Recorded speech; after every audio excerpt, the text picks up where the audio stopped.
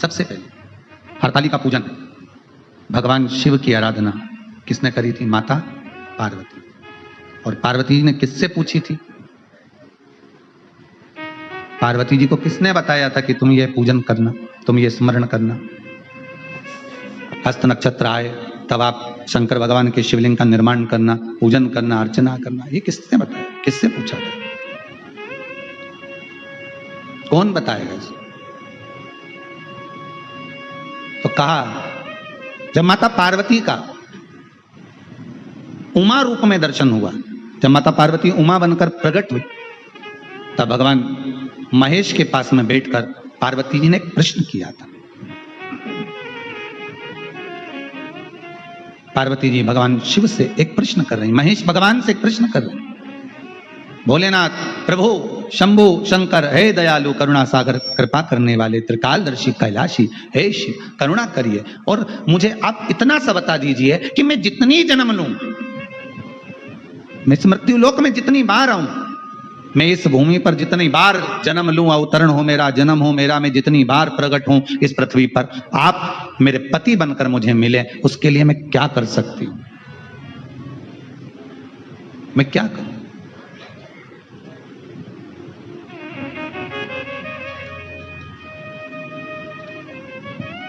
मैं कैसे आपको प्राप्त कर सकती हूं? अब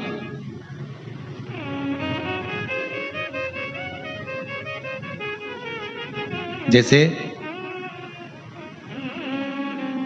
सबसे पहली करवा चौथ की पूजन किसने करी थी?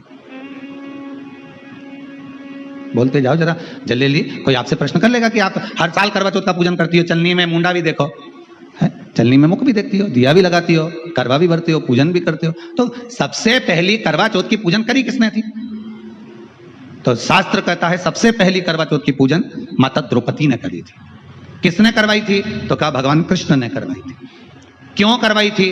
तो कहा अर्जुन द्रौपदी को छोड़कर नीलगिरी पर्वत पर तप करने चले गए थे, और नीलगिरी पर्वत पर जब अर्जुन तप करने के लिए गए, घोर तप अर्जुन ने करा। अब अर्जुन ने तप करा तो इसको द्रौपदी को कहीं से सूचना मिल गई कि दुर्योधन ने अपनी 2 अक्षौणी सेना अर्जुन को मारने के लिए भेजा। अब व्यक्ति अगर नेत्र बंद करके बैठा है, साधना में बैठा हुआ है, तप में बैठा हुआ है, अपनी भक्ति में बैठा हुआ है, और कोई आया पीछे से और उसने वार कर दिया, तो किसको मालूम पड़ेगा? कौन जानेगा? अब अर्जुन अगर तप साधना में बैठे हुए हैं और द्रौपदी का पति अर्जुन अगर तप साधना में बैठा और पीछे से अगर दुर्योधन आक्रमण कर रहा है 2 अक्षौणी सेना के साथ, तो कौन जान सकता? तो भगवान कृष्ण दौड़ कर गए द्रौपदी के पास में। द्रौपदी द्रौपदी द्रौपदी ने ठाकुर जी के चरण पकड़ लिए, तुरंत हाथ जोड़कर बोली प्रभु क्या बात है, आप बताओ क्या हो गया? भगवान बोलने लगे द्रौपदी तुझे कुछ मालूम है? द्रौपदी बोली नहीं प्रभु, क्या हो गया बताइए आप मुझे, तुझे मालूम नहीं? दुर्योधन ने 2 अक्षौणी सेना अर्जुन को मारने के लिए नीलगिरी पर्वत पर भेजी। नीलगिरी पर्वत पर, हाँ, तो वहां तो अर्जुन तप करने गए हैं, साधना करने के लिए गए हैं, वहां तो अर्जुन भगवान की भक्ति को धारण करने के लिए गए। तो द्रौपदी ने कहा अर्जुन अगर भगवान की भक्ति को धारण करने के लिए गए हैं और दुर्योधन ने अगर सेना भेज भी दी है, तो क्या मेरे पति की रक्षा वो परमात्मा नहीं करेगा जिसका वो स्मरण कर रहा है, जिसका वो पूजन कर रहा है, जिसकी वो भक्ति को धारण कर रहा है? भगवान मन में सोचे वो गया तप कर रहा है, उसी चक्कर में तुम्हें तेरे पास आया, भगवान ही आया है ना दौड़ के, दूसरा कोई तो नहीं आया ना। मार्ग दिखाने वाला कौन होता है? परमात्मा। मार्ग बताने वाला कौन होता है? परमात्मा होता है। एक बार तुलसीदास जी एक पद लिख दिए, सिया राममय सब जग जानी, करो प्रणाम जोर जुग पानी। जब तुलसीदास जी ने पद लिखा कि हर एक में राम समाया है, चप्पे चप्पे में डाली पशु पक्षी सब में भगवान राम समाये हैं, तो तुलसीदास जी लिखकर जा रहे थे, इतने में एक बच्चा दौड़ कर आया और आकर कहा अरे काका उधर मत जाना, तुम लाल कलर की धोती पहने हो, उधर जाओगे सामने से एक बेल आ रहा है, एक बहुत बड़ा नंदी आ रहा है, वो तुम्हें पछाड़ देगा, मार देगा। इतने में तुलसीदास जी ने कहा तुझे मालूम नहीं बेटा, मैंने अभी चौपाई लिखी है सिया राममय सब जग जान, अभी मैंने चौपाई लिखी सब में राम है, तो बेल में भी तो राम होगा, नंदी में भी तो राम होगा, वो मुझे नहीं मारेगा। तुलसीदास जी आगे बढ़े, बेल ने सींग से उठाया, तुलसीदास को पटक दिया, और बाबा तुलसीदास जी को जैसे ही पटका, तुलसीदास जी दौड़ कर गए, सीधे पहुंचे गंगा के घाट पर, कलम उठाई, जो चौपाई लिखी थी उसको काटने लगे। इतने में हनुमान जी महाराज आकर खड़े होकर काट मत देना, रामायण की चौपाई एक मत काट देना, बिल्कुल मत काटना। तो तुलसीदास जी ने लिखा, बोला मैंने चौपाई लिखी थी, सिया राम मैं सब जग जानी, करो प्रणाम जोर जुग पानी, सब में मैंने राम देखा। तो फिर बेल ने मुझे क्यों मारा?